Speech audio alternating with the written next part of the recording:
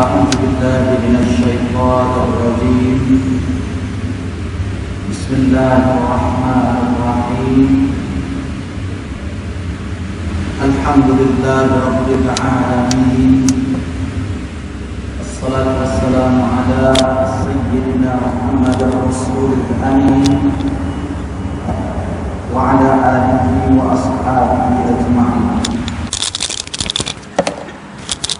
اللهم رب اشرح لنا صدورنا ويسر لنا أمورنا واحلل عقدة من ألسنتنا تفقهوا أقوالنا. اللهم إنا نعوذ بك من علم لا ينفع ومن قلب لا يخشع ومن نفس لا تشبع ومن دعوة لا يستجاب لها. قال الله تعالى في القرآن العظيم: أعوذ بالله من الشيطان الرجيم. يا أيها الذين آمنوا اتقوا الله حق تقاته ولا تموتن إلا وأنتم مسلمون. صدق الله العظيم. وقال النبي صلى الله عليه وسلم: من خرج في طلب العلم وهو في سبيل الله hatta yarji'a atau kama qala an-nabiy sallallahu alaihi wasallam.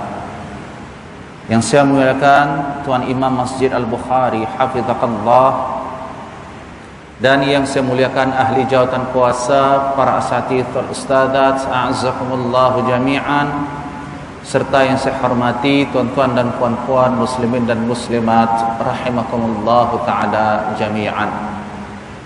Alhamdulillah, puji syukur kita panjatkan kehadirat Allah Subhanahu wa taala, yang mana pada malam hari ini kita masih lagi diberi oleh Allah peluang serta kesempatan untuk bersama-sama hadir dan berkumpul di rumahnya yang mulia ini melaksanakan salat fardu maghrib secara berjamaah.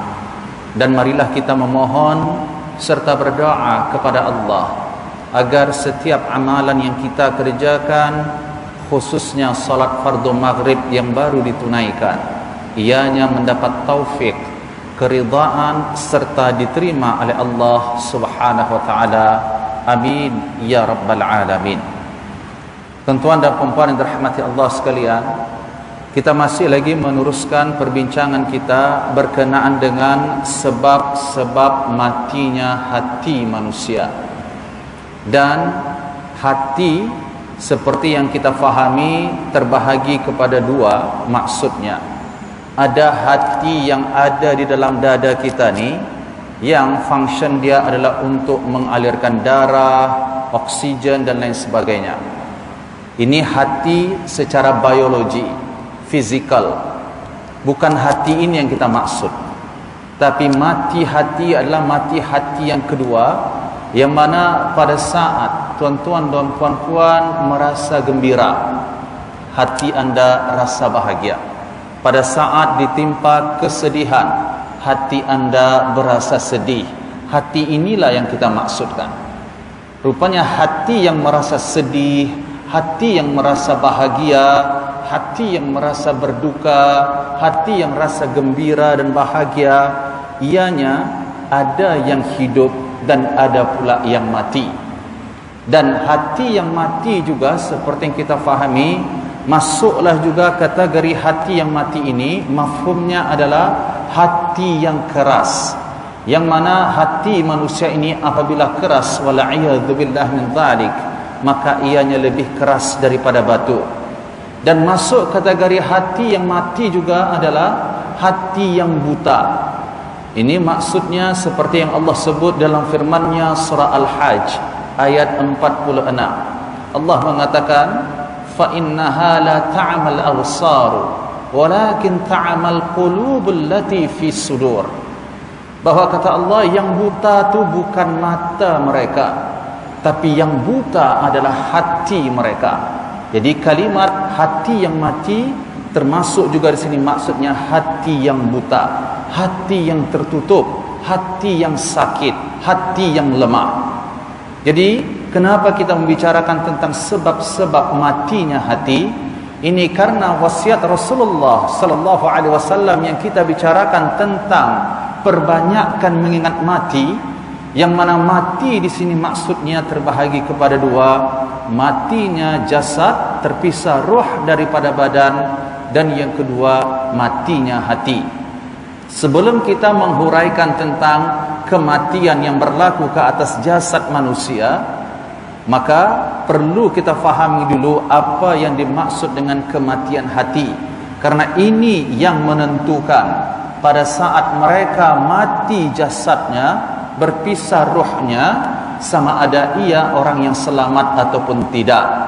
Karena kematian jasad, berpisah ruh daripada badan, sesuatu yang sudah pasti, tiada siapa yang dapat menghindarinya, dan ini merupakan sesuatu yang sudah ditetapkan oleh Allah, yang ditakdirkan oleh Allah subhanahu wa ta'ala. Seperti yang pernah saya sebut sebelum-sebelumnya ini, bahwa apa yang berlaku khususnya kepada saudara-saudara kita muslimin dan muslimat yang ada di Gaza ataupun di Palestin, bahwa ini merupakan fitnah, ujian bagi keyakinan dan juga akidah umat Islam. Sejauh mana kita yakin bahwa hidup dan mati itu hanya yang menentukannya Allah sahaja. Dengan kata lain, ingin saya sampaikan kepada kita semua, tuan-tuan dan puan-puan dirahmati Allah, kalaupun tidak berlaku peperangan antara Zionis dan juga para mujahidin, maka apakah kita berfikir bom-bom yang tidak dilemparkan oleh pihak Zionis itu tidak meninggal umat Islam? Jadi maknanya tuan-tuan, kematian bukan karena ada sebab. Kematian adalah kehendak Allah. Wala yuakhirallahu nafsan idza jaa ajaluha. Allah tak akan lambatkan sesaat pun apabila sudah tiba ajal manusia. Jadi maknanya berlaku atau tak berlakunya peperangan sama ada yang saat ini atau yang sebelum-sebelum ini, termasuk juga pada masa nabi-nabi dan juga rasul-rasul, ianya sudah ditentukan oleh Allah. Qul innal mauta alladzi tafirruna minhu fa innahu yulaqikum. Bahwa mati ini pasti akan menemui kamu. Dan aina matakunu yudrikumul maut walau kuntum fi burujin musyayyadah. Di mana saja anda berada, bila sahaja, tempat anda selesa ataupun tidak, berlaku peperangan ataupun tidak, kalau Allah sudah tetapkan mati, maka mati. Jadi tuan-tuan yang dirahmati Allah, hati-hati ketika kita bicara tentang mentauhidkan Allah. Mentauhidkan Allah bukan hanya dalam bab ibadah sahaja, tapi termasuk juga mentauhidkan Allah di dalam perkara hidup dan mati. Yang menghidupkan hanya Allah sahaja, dan yang mematikan hanya Allah sahaja. Allazi khalaqal mauta wal hayata liyabluwakum ayyukum ahsanu amala. Shadaqallahul azim. Jadi tuan-tuan yang dirahmati Allah, jenis kematian yang kita sebut sebelumnya ada dua. Kematian yang berlaku ke atas tubuh badan manusia, yaitu berpisahnya ruh dengan jasad. Dan yang kedua, kematian yang berlaku ke atas hati manusia. Dan matinya hati manusia inilah ada penyebabnya. Tentu kematian tersebut ada sebabnya. Berbeza dengan kematian yang berlaku kepada jasad. Apabila seseorang meninggal dunia, adabnya, tuan-tuan dan puan dirahmati Allah, mohon maaf, adabnya yang perlu kita tanya, yang perlu kita lakukan pada saat kita mengunjung orang yang meninggal dunia, pada saat kita mendengar berita kematian saudara kita, apa yang perlu kita ucapkan tuan-tuan? Inna lillahi wa inna ilaihi raji'un. Atau dengan sebut yang didoakan oleh Rasulullah SAW, yang diajarkan oleh Rasulullah, inna lillahi ma akhadh wa lahu ma a'ta wa kullu syai'in indahu muqtada. Bahwa kita ini milik Allah. Bila Allah nak beri, Allah beri. Bila Allah nak ambil, Allah nak ambil. Jadi beruntunglah bagi orang-orang yang ridha dan juga orang-orang yang sabar. Maknanya mendengar kematian yang perlu kita ucapkan adalah inna lillahi wa inna ilaihi raji'un. Tapi terkadang banyak sekali telinga kita mendengar awak, sebab apa dia mati? Kenapa dia mati? Kenapa dia meninggal? Sakit apa? Ini hati-hati, saya mohon maaf. Karena ini berkaitan dengan akidah. Ini seolah-olah kita menganggap kematian itu perlu ada sebab. Allah tidak memerlukan apapun dan sebab apapun untuk mematikan sesuatu yang hidup, tuan-tuan. Qiyamuhu ta'ala binafsi. Allah tidak perlu kepada makhluk. Apabila kita mengatakan kematian perlu kepada sebab, ini maknanya Allah perlu kepada makhluk. Inna lillahi wa inna ilaihi raji'un. Rupanya hati kita dah mati dulu sebelum kita mati jasadnya. Na'udzubillahi min dzalik. Inilah pentingnya menuntut ilmu, supaya yang paling selamat terutama sekali adalah hati kita dan juga keyakinan kita, akidah kita kepada Allah Subhanahu wa taala. Sama juga seperti rezeki. Rezeki sesuatu yang sudah ditetapkan oleh Allah, yang sifatnya bukan karena sebab. Walaupun kita dituntut untuk bekerja, walaupun kita dituntut untuk mengambil sebab, tapi bukan karena sebab itu adanya rezeki, tapi karena Allah yang menyebabkan adanya rezeki. Ini berbeza, tuan-tuan dirahmati Allah. Jadi apabila kita mengatakan kalau saya tak kerja saya tak dapat rezeki, kalau saya tak begini saya tak dapat rezeki, kalau saya tak sehat saya tak dapat rezeki, bermakna kita mengatakan makhluk pertama sekali memberikan rezeki kepada kita bukanlah Al-Khaliq. Jadi di mana keyakinan kita tentang Ar-Razzaq, zat yang maha memberikan rezeki, termasuk juga kesembuhan. Apa yang saya sampaikan di sini, tuan-tuan, bukan maksudnya kita duduk kalau sakit kita tidak berubat, bukan itu maksud saya. Keyakinan kita diwajibkan mengambil sesuatu yang sifatnya fizikal. Saya sakit, saya pergi berubat. Saya jumpa dokter, saya makan obat. Tapi akidah dan keyakinan saya, yang menyembuhkan sakit saya siapa? Itu soalannya. Yang menyembuhkan saya adalah dokter, yang menyembuhkan saya adalah obat. Berarti di sini kita tidak meyakini satu daripada nama dan sifat Allah, Asy-Syafi. Apa makna Asy-Syafi? Yang maha penyembuh. Ada tak sesiapa yang boleh menyembuhkan selain daripada Allah? Tak ada. Memang secara zahirnya kita perlu kepada ubat, tapi boleh tak sembuh kalau tanpa ada makan ubat? Boleh, tuan-tuan. Banyak sekali dalam Al-Quran dan hadis Rasulullah. Contohnya salah satu sahabat ketika ia membaca ruqyah surah Al-Fatihah tanpa memakan ubat, tanpa dia pergi berjumpa dokter, dengan izin Allah dia membaca ruqyah ayat syifa tersebut, surah Al-Fatihah sahaja, tuan-tuan, maka sembuh. Berhenti racun binatang berbisa yang telah menyengat kepala kampung ataupun pengetua kampung tersebut. Ini daripada hadis yang sahih. Jadi tuan-tuan yang dirahmati Allah, kembali kepada pembahasan kita, bahawa penting sekali kita memahami penyebab matinya hati. Saya ulang, mati tadi hati, dan yang kedua mati fizikal. Mati fizikal maksudnya berpisah ruh daripada jasad. Ini tidak perlu kita cari sebabnya dan memang tidak pantas. Dilarang karena memang kematian itu sudah ditentukan oleh Allah, bukan karena sebab, karena kehendak Allah, karena iradat, karena takdir dan qada yang telah ditentukan oleh Allah. Kullu syai'in halikun illa wajha. Tetapi jenis yang kedua ini perlu kita tahu penyebabnya. Sebab apa? Sebab penyebab matinya jenis hati ini tadi, mati yang jenis kedua, yaitu jenis hati yang mati, ini disebabkan apa? Disebabkan manusia itu sendiri.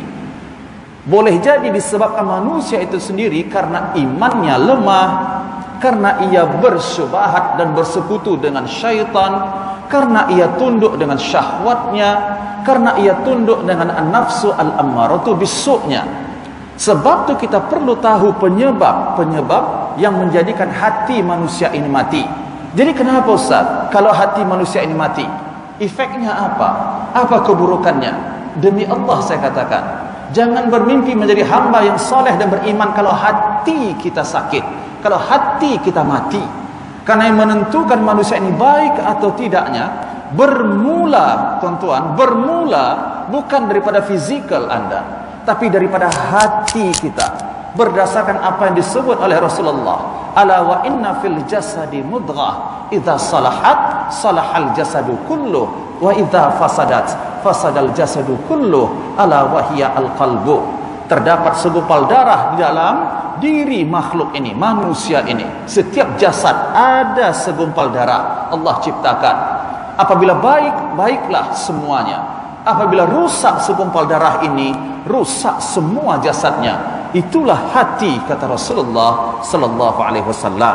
Jadi sudah kita sebutkan sebab-sebab matinya hati 10 perkara. Maknanya sudah kita sebutkan 10 perkara yang menyebabkan hati manusia mati, seperti mana yang disebut oleh Syekh ataupun Imam Ibrahim bin Adham yang kita nakalkan daripada kitab Ihya Ulumuddin lil Imam Al-Ghazali.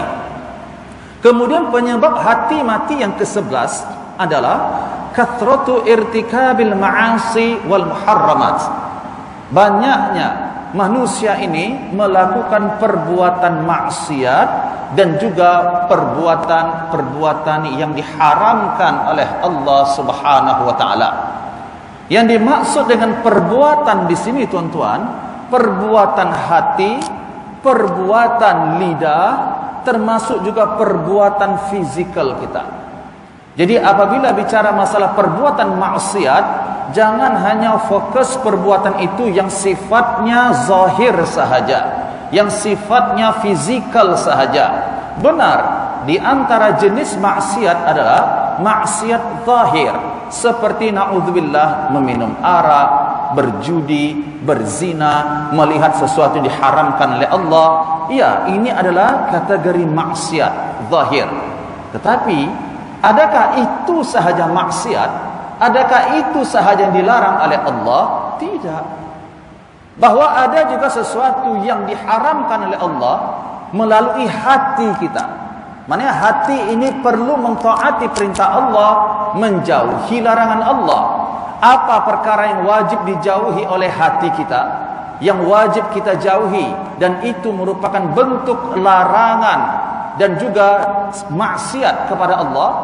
Contohnya sombong, contohnya hasad, dengki, contohnya berburuk sangka, tidak bersyukur, tidak tawakal kepada Allah, tidak berserah dan bersendar kepada Allah, tidak memohon pertolongan hanya kepada Allah. Ini maksudnya maksiat hati. Dan supaya lebih jelas lagi, dan ini rasanya pernah banyak saya ulang kepada kita, nak menentukan ataupun kita nak clear, nak jelas lagi perbezaan maksiat hati dan batin, maka perhatikan kisah Nabi Adam dan juga Iblis. Iblis dilempar dan dihalau oleh Allah daripada syurga karena apa tuan-tuan? Bukan karena dia tidak menyembah Allah, bukan karena dia tidak melakukan perkara-perkara yang diperintahkan oleh Allah secara fizikal, tetapi maksiat yang dia lakukan satu, yaitu sombong. Sombong ini yang menyebabkan dia dihalau daripada rahmat dan ampunan Allah, bahkan daripada syurga.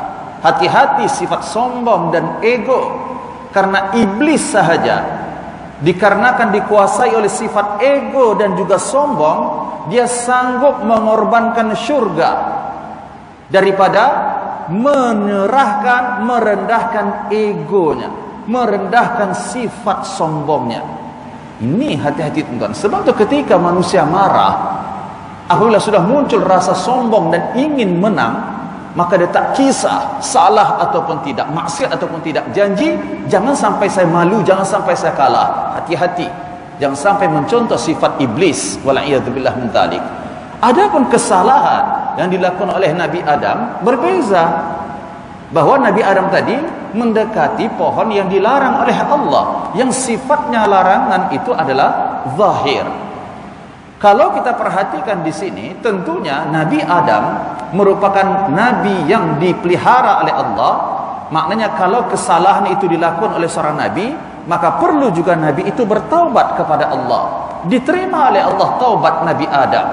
Tapi iblis sampai bila-bila pun, bahkan iblis meminta kepada Allah untuk diberi penangguhan. Jangan dulu ia dimatikan dari azab, sehingga berlaku dulu hari kiamat. Allah kabulkan permohonan iblis dalam surah Al-A'raf tu, bahwa innaka minal munzarin, kata Allah Subhanahu wa taala. Jadi yang ke-11 tuan-tuan dirahmati Allah, yang menyebabkan hati manusia ini mati adalah maksiat, yaitu banyak melakukan perbuatan maksiat dan juga perbuatan-perbuatan yang diharamkan oleh Allah Subhanahu wa taala. Dan perbuatan di sini, ingat, perbuatan yang melibatkan hati kita, perbuatan yang melibatkan lidah kita, perbuatan yang melibatkan fizikal kita, termasuk mata kita. Satu daripada perbuatan dosa mata yang sering berlaku kepada manusia, mata ini suka betul mencari kelemahan dan aib orang lain. Bukan hanya tentang melihat sesuatu yang diharamkan oleh Allah, seperti perempuan yang bukan mahram kita, tapi dosa mata ini juga adalah dosa mata yang suka mencari-cari kesalahan orang lain, suka mencari kelemahan orang lain, suka mencari tahu aib orang lain. Ini sesuatu yang tak dibenarkan di dalam Islam. Jasus, tahassus. Rasulullah sudah mengatakan la tajassasu wa la tahassasu. Jangan cari-cari orang lain tu dosa dia. Dia buat apa ni? Dosa apa ini? Ini haram hukumnya. Memang ada yang melibatkan hukum hudud seperti zina. Ini kalau kesaksian itu berlaku berdasarkan perkara itu bukan dicari-cari, tuan-tuan. Ini ada pembincangannya dalam hukum jinayat ataupun fiqhul jinayat. Jadi saya tidak ulas di sini. Apa yang nak saya maksudkan di sini, tuan-tuan, kita tidak dibolehkan dan dibenarkan sama sekali mencari-cari kesalahan orang lain. Dan saya serta kita semua di atas muka bumi Allah ini dituntut yang pertama sekali untuk perbaiki, lihat diri sendiri dulu, bukan menjudge dan menghukum orang lain. Kita bukan Tuhan yang boleh menghukum orang lain. Bahkan kita manusia ini hanya boleh nahnu nahkum bil-zawahir wallahu yatawallas sarair. Kita hanya mampu menghukum sesuatu itu daripada zahir sahaja. Yang menghukum dalam bab batin, hati, perasaan itu hanya Allah sahaja yang maha mengetahui. Bahkan termasuk, tuan-tuan, dan ini anda sudah belajar, anda sudah tahu bahwa ketika Rasulullah berada di Madinah khususnya, berapa banyak orang-orang munafik yang hidup bersama dengan umat Islam pada saat itu, tapi tidak dibunuh, tidak dihukum oleh Rasulullah. Sebab apa? Salah satu syariat dan hukumnya di sini, secara zahirnya mereka menunjukkan bahawa mereka Islam, mereka beriman. Walaupun Nabi tahu melalui Jibril yang mana orang-orang munafik. Munafik dua, tuan-tuan. Munafik akidah, keyakinan, dan munafik secara perbuatan. Yang saya maksud tadi, munafik pada masa Rasulullah, munafik akidah. Mereka ini kafir, itu maksudnya. Hatinya tidak beriman. Cuma secara fizikal saja mereka tunjukkan mereka beriman. Kenapa? Salah satunya mereka nak menyelamatkan diri mereka. Dan yang kedua, mereka sebagai tukang intip, mata-mata, pengumpul maklumat untuk menyampaikan kepada orang-orang kafir yang senantiasa menunggu untuk memerangi umat Islam, khususnya yang ada di Mekah, dan termasuk juga orang-orang kafir yang ada di Madinah. Dan ketika itu sudah banyak sekali orang-orang Yahudi. Jadi, tuan-tuan yang dirahmati Allah, manusia dituntut untuk muhasabah dan menilai dirinya terlebih dahulu. Kita dituntut dalam Islam untuk amar ma'ruf nahi mungkar. Ya, menyampaikan amar ma'ruf dan juga mencegah perkara mungkar. Bukan menghukum orang lain. Kamu maksiat, kamu tak masuk syurga, kamu diazab, kamu akan masuk neraka. Ini tiada hak siapapun bagi manusia untuk mengklaim siapapun. Ya, karena itu adalah hak Allah sahaja. Jadi hati kita boleh menjadi mati disebabkan banyaknya kita melakukan perbuatan maksiat. Kenapa? Karena Rasulullah mengatakan innal abda idza aznaba nukitat fi qalbihi nuqtatun sauda. Jadi seorang hamba apabila melakukan satu dosa, tuan-tuan. Jadi mungkin kita, saya mohon maaf, kita di sini mungkin ada di antara orang-orang yang memang selama hari ini dia melakukan ketaatan kepada Allah, sehingga jauh sekali di lubuk hati dia berfikir dia tidak tergolong orang yang bukan maksiat. Mana dia merasa dia tidak maksiat, sebab dia rasa selama hari ini dia sudah taat kepada Allah. Padahal Rasulullah sudah mengatakan kullu ibni Adam khata'in, tanpa terkecuali setiap anak Adam pasti melakukan maksiat. Khata' dalam bahasa Arab, khata' dengan akhta' berbeza. Kalau khata' ini adalah kesalahan yang disengaja. Kalau akhta' ini kesalahan yang dilakukan secara tidak sengaja.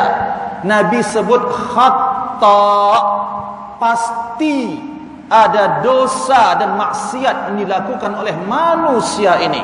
Dosa yang bagaimana? Anda rujuk dalam kitab Maraqi al-Ubudiyah, Syekh Muhammad Nawawi Al-Jawi mengatakan dalam introduction ketika menghuraikan Bismillahirrahmanirrahim, ada 4 perkataan dalam Bismillah. Bismi Allah Ar-Rahman Ar-Rahim. Apa maksudnya tuan-tuan? Maksudnya 4 perkataan di dalam Bismillahirrahmanirrahim merupakan isyarat yang mana manusia ini pasti ada melakukan maksiat dan dosa kepada Allah di dalam 4 situasi ini. Sama ada semua situasi yang 4 ataupun salah satunya. Bila yang 4 tu, yang pertama, manusia ini mesti ada melakukan dosa, sama ada di waktu siang. Maknanya bermula terbit fajar sampailah nak terbenam matahari. Ini mesti ada maksiat yang dilakukan oleh manusia. Saya tak minum arak, saya tidak berjudi, saya tidak berzina. Jadi saya maksiat apa? Lalai daripada mengingat mati. Ini satu kesalahan. Lalai daripada berzikir kepada Allah. Walaupun berzikir sini ada hukum hakamnya, tapi ada perkara-perkara yang melibatkan hati yang kita diwajibkan. Diwajibkan di sini sahaja maksudnya, kalau saya cakap terus terang, ketika kita keluar daripada rumah, memang mungkin anda baca Bismillah tawakkaltu 'ala Allah, la haula wala quwata illa billah. Tapi selepas itu dalam perjalanan, sejauh mana keyakinan kita yang menyelamatkan dalam perjalanan itu adalah Allah? Karena mungkin lupa, karena merasa, oh karena kereta saya hebat, karena kereta saya mahal, safety, maknanya dia lebih selamat daripada kereta yang biasa-biasa contohnya. Ini sudah satu kesalahan tuan-tuan yang dirahmati Allah. Kalau kita mendetailkan, mengulas tentang bab dosa ini, Allahu Akbar. Nabi sendiri, Nabi tidak lepas, ya, tidak meninggalkan bertaubat dan beristighfar kepada Allah dalam satu majlis. Bukan satu hari, satu majlis. Sekurang-kurangnya 70 kali ataupun 100 kali. Wallahi inni la astaghfirullah wa atubu ilaih mi'at marrah. Bersumpah Nabi dengan nama Allah, saya sendiri. Kenapa? Meminta ampun kepada Allah. Jadi bagaimana kita yang penuh dengan maksiat dan dosa? Itu Nabi yang sudah jelas-jelas dicuci dan dibersihkan hatinya oleh Allah, dibelah dadanya, masih lagi meminta ampun, beristighfar kepada Allah. Kita hati yang penuh dengan duniawi, penuh dengan maksiat, berkira sangat nak istighfar dan bertaubat kepada Allah Subhanahu wa taala. Istighfar dan taubat saya pernah ulas, ini 2 perkara yang tidak sama. Istighfar melibatkan lidah kita, taubat melibatkan hati kita. Jadi orang yang beristighfar belum tentu bertaubat. Orang yang bertaubat juga belum tentu dikatakan istighfar. That's why kita perlu melakukan kedua-duanya. Astaghfirullah. Ketika anda sebut wa atubu ilaih, saya bertaubat ya Allah. Kalimat taubat, saya kembali kepadamu ya Allah. Saya menyesal ya Allah. Saya mengakui perbuatan salah saya ya Allah. Itu salah satu maksud taubat. Saya tak akan buat lagi ya Allah. Ada tak ketika kita mengucapkan istighfar, keyakinan kita, perasaan dan hati kita mengucapkan perkara tersebut di hadapan Allah? Belum tentu. Istighfarnya berapa kali? Banyak, 2000 kali sehari dibaca istighfar. Tapi taubat belum tentu. Boleh jadi dia istighfar tapi tak ada rasa pun bersalah, tak ada rasa menyesal, tak ada azam dia untuk meninggalkan perbuatan dosa yang dia lakukan. Adakah kita berfikir Allah terima, Allah hapuskan dosa-dosa kita? Na'udzubillah min dzalik. Tentunya bertaubat ini salah satu adalah cara untuk kita menghapuskan dosa-dosa khususnya yang besar. Jadi perbuatan maksiat tuan-tuan yang menjadi punca hati manusia ini mati, ianya adalah maksiat yang dilakukan oleh manusia daripada 4 situasi dan keadaan. Yang pertama, maksiat yang dilakukan oleh manusia ini sama ada di waktu siang bermula terbit fajar sehinggalah nak terbenam matahari, atau maksiat itu dilakukan oleh manusia pada waktu malam. Pada waktu malam, daripada bermula terbenam matahari sampailah terbit matahari yang berikutnya atau terbit fajar yang berikutnya. Dan yang ketiga, kata Al-Imam Muhammad Nawawi Al-Jawi, maksiat yang dilakukan oleh manusia ini sama ada maksiat yang nampak. Ini maksud 4 perkataan ya, isyarat di dalam Bismillahirrahmanirrahim. Maksiat itu nampak terang-terangan dilakukan oleh manusia, atau yang keempat, maksiat yang dilakukan oleh manusia ini secara tersembunyi, secara tidak nampak. Kita boleh tunjukkan di hadapan manusia ya sesuatu yang mungkin nampaknya baik, tapi Allah tahu sejauh mana hati kita, tuan-tuan yang dirahmati Allah. Kita tidak dapat menipu. Innallaha alimun bidzatis sudur. Bahkan Allah mengatakan dalam hadis Al-Qudsi, anda rujuk dalam hadis Al-Arba'in lil Imam An-Nawawi, salah satu hadis 40 tersebut disebutkan apa? Allah berfirman dalam hadis Al-Qudsi, ya ibadi, wahai hamba-hambaku. Siapa hamba Allah, tuan-tuan? Semua hamba Allah yang di dunia, yang nampak ataupun yang tak nampak, seluruh makhluk dan hamba-hamba Allah, termasuk malaikat, termasuk jin, termasuklah juga bangsa manusia. Ini semua hamba Allah. Ya ibadi, Allah menyeru, wahai hamba-hambaku. Kata Allah mengingatkan, innakum tukhti'una bil-laili wan-nahar. Sungguh, kata Allah, betul-betul wahai hambaku, kamu adalah hamba yang pasti melakukan kesalahan dan dosa, sama ada di waktu pagi ataupun malam, kata Allah. Tukhti'una bil-laili wan-nahar, di waktu malam ataupun siang, kata Allah, pasti ada dosa yang kamu lakukan. Wa ana aghfiru dzunuba jami'an, dan hanya aku sahaja, kata Allah, yang mengampunkan dosa-dosa yang dilakukan oleh hamba ini. Semua jenis maksiat dan dosa aku saja berhak mengampunkannya, kata Allah. Oleh karena itu apa yang Allah seru? Fastaghfiruni. Banyakkan kamu beristighfar, meminta ampun dan bertaubat kepadaku, kata Allah.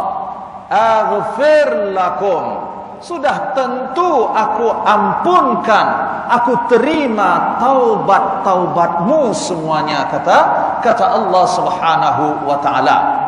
Tetapi yang menjadi perkara, maksud yang ditakutkan oleh hamba ini, apabila dia menunda-nunda, menunggu-nunggu masa untuk bertaubat. Tak apalah besok, tak apalah saat lagi, tak apalah siang saat lagi. Tak sangka sebelum sampai waktu tak apa tu, Allah sudah cabut nyawanya. Barulah kalang kabut, barulah nak menyesal di hadapan Allah Subhanahu wa taala, sebab tak sempat, tidak ada masa saya ya Allah untuk akhiratmu, untuk agamamu ya Allah, untuk diriku bertaubat kepadamu ya Allah. Hanya dalam fikiranku dunia, dunia, dunia ya Allah. Dan ini yang Allah sebut di dalam firman-Nya surah Al-A'la ayat yang ke-16. Kata Allah, bal tu'thirunal hayatad dunya. Bahkan kamu wahai manusia, kata Allah, lebih mementingkan perkara dunia daripada akhirat. Walal akhiratu khairu wa abqa. Padahal akhirat itu lebih kekal, dibandingkan dengan dunia. Inna hadza la fis suhufil ula. Sungguh perbuatan ini, perbuatan apa tuan-tuan? Perbuatan manusia yang terlalu mengutamakan dunia, ianya sudah dulu dilakukan oleh umat Nabi Ibrahim dan juga Nabi Musa, yang Allah sebutkan dalam ayat ini tadi selepas bal tu'thirunal hayatad dunya wal akhiratu khairu wa abqa inna hadza la fis suhufil ula. Sungguh perbuatan perkara yang mengutamakan dunia ini telah termaktub, telah tercatat dalam suhuf Ibrahim dan juga suhuf Musa. Inna hadza la fis suhufil ula suhuf Ibrahim wa Musa. Maknanya bukan hanya umat Nabi Muhammad sahaja, termasuk umat-umat terdahulu. Salah satu punca utama kebinasaannya adalah dunia. Jadi yang ke-11 tadi, maksiat ini boleh menyebabkan hati manusia itu mati. Kenapa? Karena satu maksiat yang dilakukan oleh manusia, satu saja perkara maksiat yang dilakukannya, maka keperbuatan maksiat itu akan menjadi satu titik hitam di dalam hati dia, menjadi noda hitam yang kotor dalam hati dia. Ini yang disebut oleh Rasulullah, innal abda idza adnaba nukitat fi qalbihi nuqtatun sauda. Apabila anak Adam ini melakukan satu sahaja dosa dan maksiat, maka akan dititikkan hati dia, dicop hatinya menjadi hitam tuan-tuan. Fa idza naza'a wastaghfara wa taba suqila qalbu. Bagaimana nak bersihkan, titikkan cop yang hitam ni tadi? Tentunya dengan bertaubat dan beristighfar kepada Allah Subhanahu wa taala. Yang ke-12 yang menyebabkan hati manusia ini mati tuan-tuan. Dan hati manusia yang mati tadi kita sebutkan daripada hadis yang pertama tadi, ini yang menyebabkan manusia itu tak selamat. Semua kalau kita tanya nak mati dalam keadaan husnul khatimah, tapi pernah tak berfikir bagaimana cara nak mati dalam keadaan husnul khatimah? Mati sesuatu yang sudah ditetapkan oleh Allah, tapi cara mati kita itu, ini kita sendiri yang diberi pilihan oleh Allah. Allah tahu tuan-tuan akhir daripada kematian kita, tapi bukan Allah yang menentukan yang ni mati dalam keadaan kafir, yang ni mati dalam keadaan maksiat. Tak, Allah cuma tahu dalam ilmu Allah, tapi yang menentukan, yang memilih mati dalam keadaan maksiat ataupun tidak, manusia itu sendiri melalui petunjuk yang sudah diberi oleh Allah, akal dan juga agama, yaitu Al-Quran dan juga sunnah Rasulullah sallallahu alaihi wasallam. Itu yang Allah sebut orang yang meninggal dunia ada dua golongannya, sama ada orang yang maksiat ataupun orang yang kafir dan fasik dan zalim, ataupun orang yang beriman. Dengan kata lain, ayat-ayat Al-Quran yang menegaskan, yang menceritakan tentang jenis-jenis kematian ini nak menyeru kepada kita untuk berhati-hati, jangan sampai tersalah pilih mati yang buruk. Maka usahakanlah untuk kita berada di jalan ataupun cara mati yang baik, yaitu husnul khatimah. Yang ni akan kita ulas nanti pada bahagian mati, jenis mati yang kedua, yaitu bagaimana dan apa yang perlu kita lakukan supaya kita dapat mati dengan izin Allah dalam keadaan husnul khatimah. Tapi dalam masa yang sama, banyak juga perkara yang boleh menyebabkan manusia ini mati dalam keadaan su'ul khatimah. Jadi yang ke-12 yang menyebabkan hati manusia ini mati, tuan-tuan dan puan-puan dirahmati Allah, adalah al-ghaflah. Ghaflah adalah lalai. Lalai lawannya adalah az-zikru, mengingat. Ada persamaan yang dekat maknanya dengan lalai, yaitu an-nisyan, lupa. Yang berdosa dan salah itu tuan-tuan adalah lalai. Apabila lupa dan tersilap, ini bukanlah satu yang dihukumkan dosa oleh Allah. Maknanya walaupun ianya salah, tapi ia tidak dicatat sebagai dosa di sisi Allah. Karena Nabi SAW mengatakan, kullu ibni Adam khata'in wa khairul khata' at-tawwab. Rufi'a an ummati al-khata' wan nisyan wa mastukrihu alaih. Jadi dalam hadis ini Rasulullah mengatakan, diangkat dosa manusia ini. Maknanya dia tidak dihukumkan berdosa walaupun yang dia buat itu adalah dosa. Maksudnya kalau dia lakukan secara lupa, tak sengaja, kata Rasulullah, maka itu tidak dicatat sebagai dosa.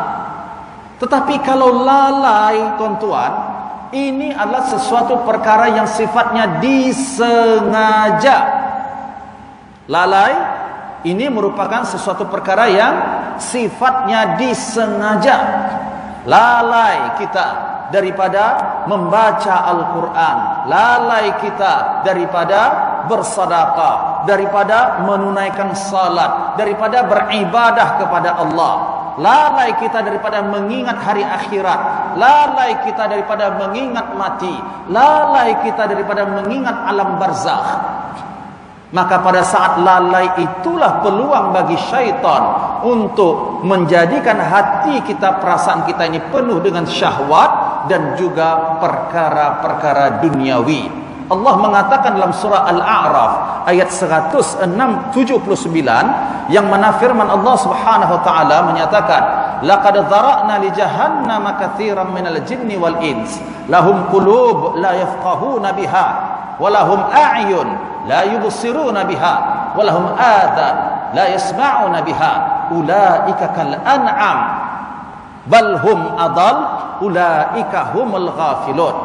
Bahwa ramai sekali daripada bangsa jin dan manusia yang kami humban ke dalam neraka jahanam, kata Allah, penyebabnya adalah mereka memiliki hati tapi mereka lalai daripada mengingat kewajiban-kewajiban, menunaikan hak-hak Allah.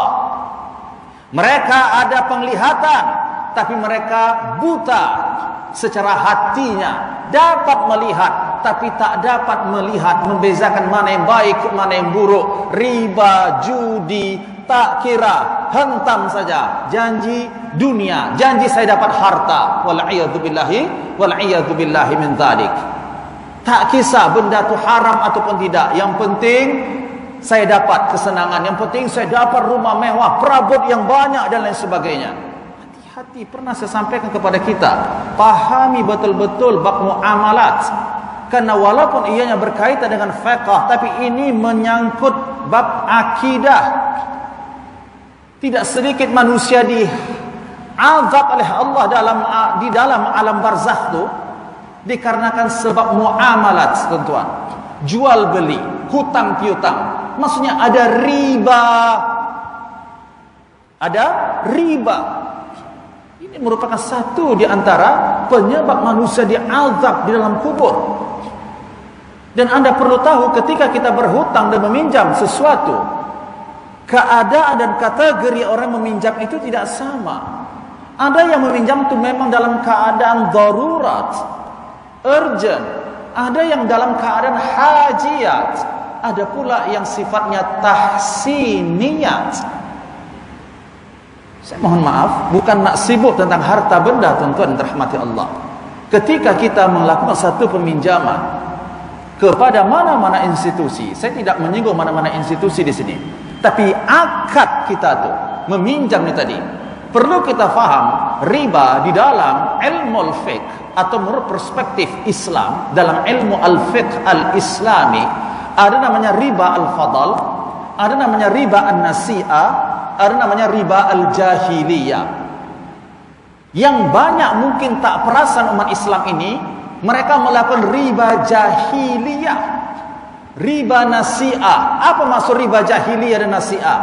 Riba yang dihasilkan daripada hasil akad hutang dan berhutang, hasil meminjam. Dulu pada masa jahiliyah, kalau saya pinjam kepada tuan di depan, saya pinjam duit Anda 100 ringgit, maka bulan depan saya akan bayar. Baik, kalau anda bertempo 1 bulan, maka 100 ringgit ini anda kena wajib bayar 110 ringgit. Tetapi ingat, kalau kamu tidak boleh bayar bulan depan 110 ringgit, maka interest dan bunganya akan bertambah, bukan 110 ringgit lagi. Maknanya kalau kamu bayar dalam masa 2 bulan, menjadi 120 atau menjadi 150 ringgit. Inilah maksudnya riba jahiliyah. Jadi maksud saya di sini tuan-tuan, bukan mengharamkan institusi atau apa-apa, bukan. Tapi ketika kita nak bermuamalat, melakukan satu akad peminjaman jual beli, tolong pastikan kita ada ilmu. Pastikan kita faham hukum syaraknya. Bukan buat dulu baru nak cari hukum. No. Cari tahu hukumnya dulu baru buat. Bukan dah buat dulu baru nak tahu hukumnya. Jadi yang kedua tadi, yang ke-12 tadi apa?